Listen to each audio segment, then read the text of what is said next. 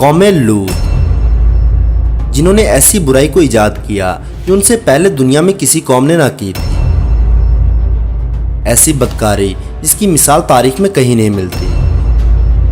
حضرت لوط علیہ السلام اللہ کے ایک برگزیدہ نبی تھے۔ آپ کے والد کا نام ہاران تھا جو تارخ کے بیٹے تھے۔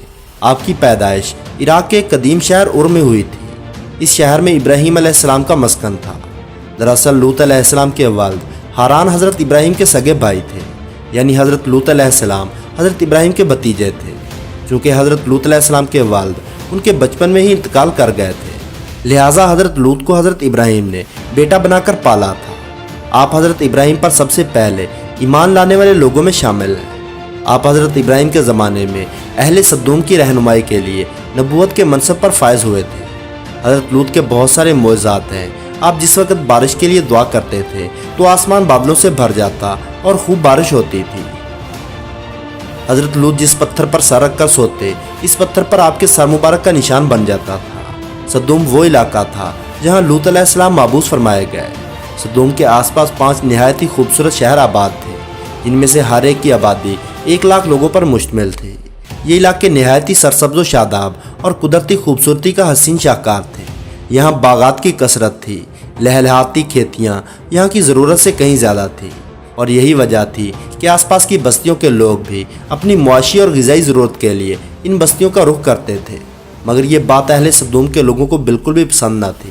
ان کے خیال میں ان کی بستیوں میں پیدا ہونے والے پھلوں، اناجوں اور سبزیوں پر صرف انہی کا حق تھا۔ وہ نہیں چاہتے تھے کہ دوسری بستیوں کے لوگ ان کے علاقے میں آئیں۔ ایک دن سدوم کے لوگ اس بات پر غور و فکر کر رہے تھے کہ باہر سے آنے والے لوگوں کو یہاں آنے سے آخر کیسے روکا جائے، تو ایک بزرگ کی شکل میں ابلیس ان کی محفل میں آیا اور کہا، اگر تم ان سے پیچھا چھڑانا چاہتے ہو تو میرے کہنے پر عمل کرو۔ اس اجنبی بزرگ کی بات لوگوں نے بہت ہی توجہ سے سنی۔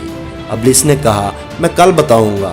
دوسرے دن ابلیس ایک خوبصورت جوان لڑکے کے بھیس میں آیا اور انہیں اپنی عورتوں کی بجائے مردوں کے ساتھ جنسی خواہشات پوری کرنا سکھایا۔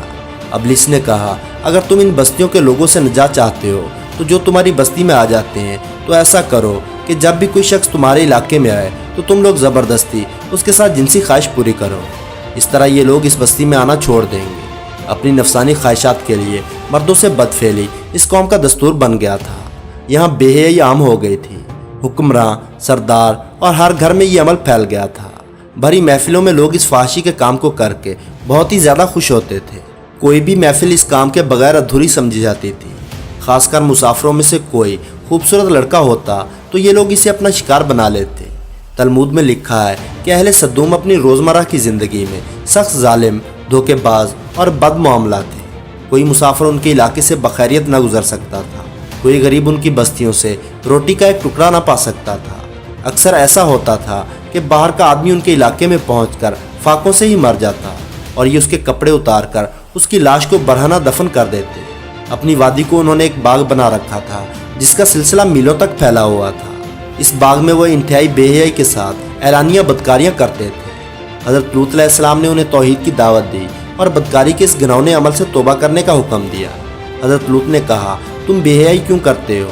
کیا تم عورتوں کو چھوڑ کر لذت حاصل کرنے کے لیے مردوں کی طرف مائل ہوتے ہو؟ حقیقت یہ ہے کہ تم بہت ہی احمق لوگ ہو۔ حضرت لوط اہل سدوم کو دن رات واعظ و نصیحت کیا کرتے، لیکن قوم پر اس کا کوئی اثر نہ ہوا، بلکہ وہ بہت ہی فخری انداز میں یہ کام کیا کرتے تھے۔ انہیں حضرت لوط کا سمجھانا بھی برا لگتا تھا، لہٰذا انہوں نے صاف صاف کہہ دیا کہ اگر تم ہمیں اسی طرح برا کہتے رہے اور ہمارے کام میں مداخلت کرتے رہے تو ہم تمہیں اپنے شہر سے نکال دیں گے۔ اس سب کے باوجود حضرت لوط نے نصیحت و تبلیغ کا سلسلہ جاری رکھا، لہٰذا ایک دن اہل سدوم نے خود ہی عذاب الہی کا مطالبہ کر دیا۔ اللہ تعالیٰ نے انہیں اب تک بدترین فحاشی اور بدکاری کے باوجود بہت ہی زیادہ ڈھیل دے رکھی تھی، لیکن جب انہوں نے حضرت لوط سے ایک دن کہا کہ اگر تم سچے ہو تو ہم پر عذاب لے آؤ، لہٰذا ان پر عذاب الہی کا فیصلہ ہو گیا۔ اللہ نے اپنے خاص فرشتوں کو دنیا کی طرف روانہ کر دیا۔ یہ فرشتے دراصل حضرت جبرائیل، میکائیل اور اسرافیل علیہ السلام تھے۔ یہ فرشتے حضرت لوط علیہ السلام کے گھر تشریف لے آئے۔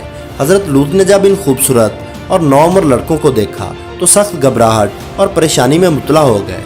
انہیں یہ خطرہ محسوس ہوا کہ اگر ان کی قوم کے لوگوں نے انہیں دیکھ لیا تو نہ جانے وہ ان کے ساتھ کیا سلوک کریں گے۔ حضرت لوط کی بیوی کا نام وائلہ تھا۔ اس نے آپ پر ایمان نہ لایا تھا اور وہ دراصل منافقہ تھی۔